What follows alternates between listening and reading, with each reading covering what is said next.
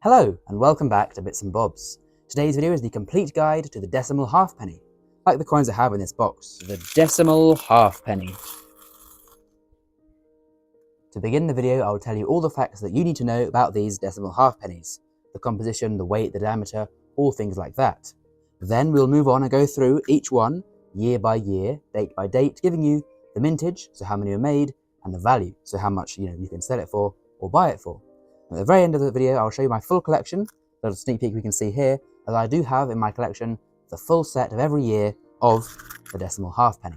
So to begin with, we'll now go through the specifications of this coin.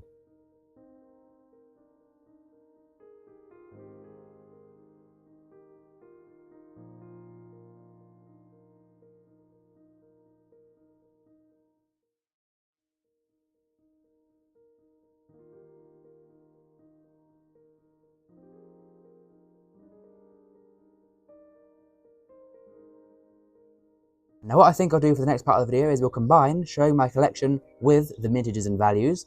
So one at a time I get a coin out of my collection. So the first year is 1971. We'll get a close up. This is the first year, 1971. And I'll go through showing the coin that I have so I can show you my collection. And as I go through each year, I'll list the mintage and the value of that year so you know if you have that coin too, how many there are, and of course, importantly for a lot of people, what are these worth? So let's do that right now. So as mentioned, the first year is 1971, the year of decimalisation, and therefore the coin says new pence or new penny, as it's from the new pence series released that year. The mintage of the 1971 halfpenny is 1,394,188,250. So well over 1 billion of these coins produced, giving it a value today of around 5 pence, up to maybe £1 in uncirculated quality.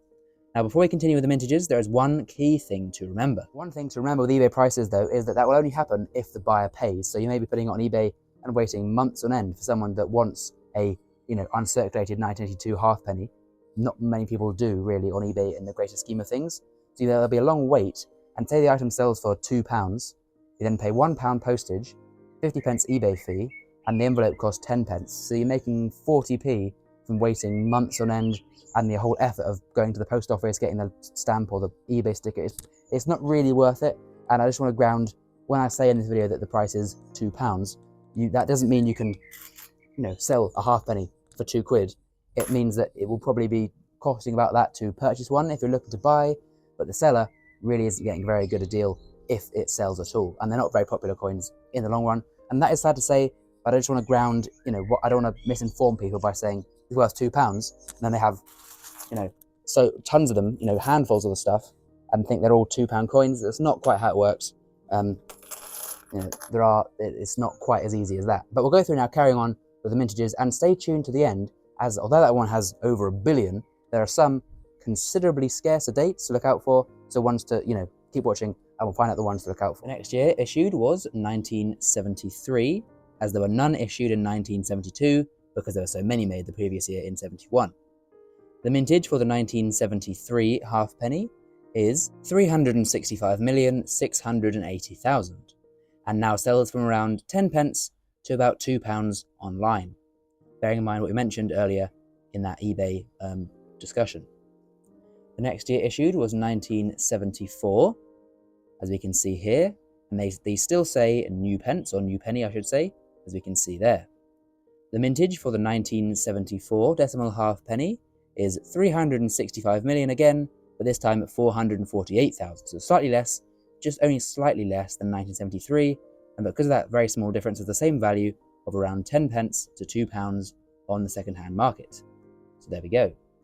The next year issue was 1975, as you can see here, still with the new penny design, and the mintage for the 1975 halfpenny is 197,600,000, selling now for around 15p, up to again around £2 in uncirculated quality on eBay and online. The next year issue is this one here, still saying new penny, from 1976. The mintage for the 1976 halfpenny is 412,172,000. So again, hundreds of millions made, commanding a small price of only 15p to around £2 online on the second-hand markets. The next year issue was 1977, as we can see here, when it focuses. There we are, sorry. So there, 1977, and again, this still has that new penny reverse design. The design remained unchanged. The only thing that changed was the date. This year, 77, the mintage was a bit lower than usual, with 66,386,000 being produced. So the first year with less than 100 million being made, although still very common, so worth around 50p to £4 on the second-hand market. But that is, quite a high price estimate. Often these coins will sell for less. That would just be based on the fact of posting and eBay costs, as I mentioned. So there we go, the rarest one so far, 1977. But we'll see if there's any more rarer years as we go along, with the next year being made the year after, 1978. So the only year not minted so far was 1972. The 1978 decimal halfpenny has a mintage of only 59,532,000, so the rarest yet, commanding a similar price of around 50 pence to £4, depending on where you buy it and who from. So there we go. Moving on now, the next year is you guessed it, 79, still with the new penny reverse design. So what is the mintage for the 1979 decimal halfpenny? Well, it is 219,132,000. So, once again, a high mintage there. And this one, a little bit of a lower price as the higher mintage, selling from around 10 to 15 pence up to £2 or so on the second-hand market. We now move into the 1980s, as we can see here, with the first year being 1980. So again, no gaps missed so far since 1972. And again, a new penny there on the coin. The mintage for the 1980 decimal halfpenny is 202,788,000. So again, very common, multiple hundreds of millions made, worth about 10 pence or so to £1 or so online to buy. And of course, as I say, to sell, you really won't get any money for any of these coins really, unless you sell on eBay and factor in the costs, like I say, of postage and eBay fees. Moving on now, we come to the 1981. That's it, you've guessed it. Again, another year consecutively without one being missed. The mintage of the 1981 decimal halfpenny is 46,748,000. So the rarest year so far, less than 50 million made. Of course, that's still very common, but commands a price now of around 65 pence to £4 or £5 if in high grade. So this one here in high grade will probably sell on eBay, for £3, £4, £5. But of course, after posting and stuff, you won't get too much money for this coin. But it just depends on, if there's a buyer looking for the coin. The next year up is 1982. But hold the phone, because we'll go to the mintage in a minute. We can see here now to the reverse, the design has changed. It no longer says new penny. Finally, after over 10 years, no longer classified as new, and having the correct wording on here as halfpenny, the true value of the coin. The mintage for this year, the first year of halfpenny legend, you can see it is 190,752,000. So a very high mintage for the halfpenny first date, but commanding a price now of around 10 pence to £2 on the second-hand market. And the final year of issue we can see here is this one here. We can see again the wording halfpenny that's now been changed to, but it didn't last long, as only 2 years after it said halfpenny, it was ceased production and demonetized, just because half a penny was really not worth anything, even back in the 80s. So we can see here, this is the final date, 1983, very nice coin, and a mintage for this year of 7,600,000. So the rarest one yet, less than 10 million made. And these can sell in high grade for around £5, and in lower grades, really not much again, just a few pence.